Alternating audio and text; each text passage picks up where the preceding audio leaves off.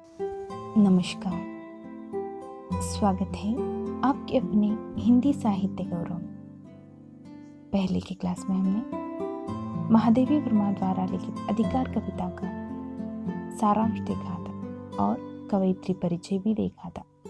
तो आज हम इस कविता के भाव को जानेंगे।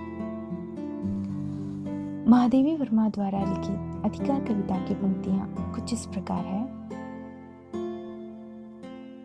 वे मुस्काते फूल नहीं जिनको आता है मुरझाना, वे तारों के दीप नहीं जिनको भाता है बुझ जाना।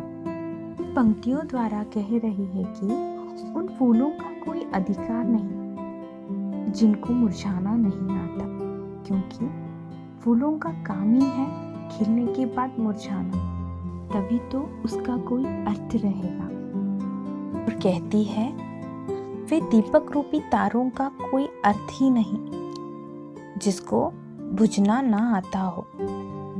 हम लोगों के जीवन में भी सुख और दुख आते जाते हैं, तो उस इंसान को सुख भोगने का कोई अधिकार ही नहीं जिसने कभी दुख का सामना नहीं किया हो। हम चलते हैं सेकंड स्टैंजा पर। वे नीलम से मेघ नहीं जिसको है गुल जाने की चाह, वह अनंत रुद्राज नहीं जिसने देखी जाने की राह। इन पंक्तियों का भाव कुछ इस प्रकार है। उस नीलम से मेघ का कोई अर्थ ही नहीं जिसको घुलना ना आता हो।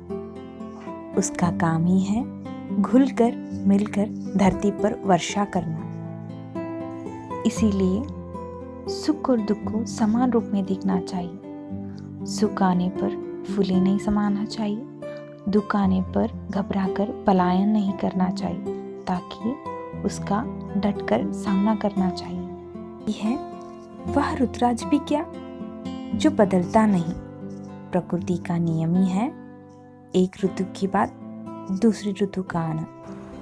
ऐसे ऋतु का क्या फायदा जो जाना ही ना चाहता हो। इसीलिए हमें हमेशा सुख की अपेक्षा ही नहीं करनी चाहिए।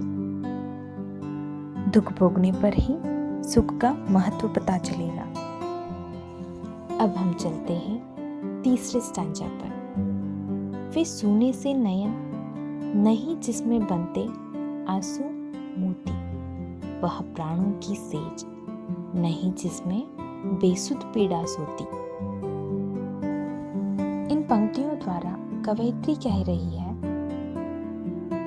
वह आंखें ही क्या जिसमें कभी आंसू ही ना आते हो। लोगों का दुख और पीड़ा देखकर जिस आंखों में आंसू भर आते हो, करुणा भर आती हो, उनसे आंखों की सुंदरता बढ़ती है।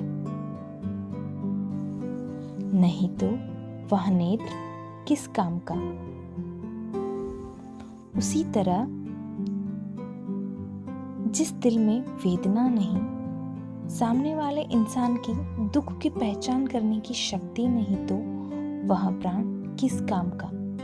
वह बिना आत्मा का शरीर बन जाता है, एक निर्जीव शरीर जिसमें कोई हलचल ही ना हो।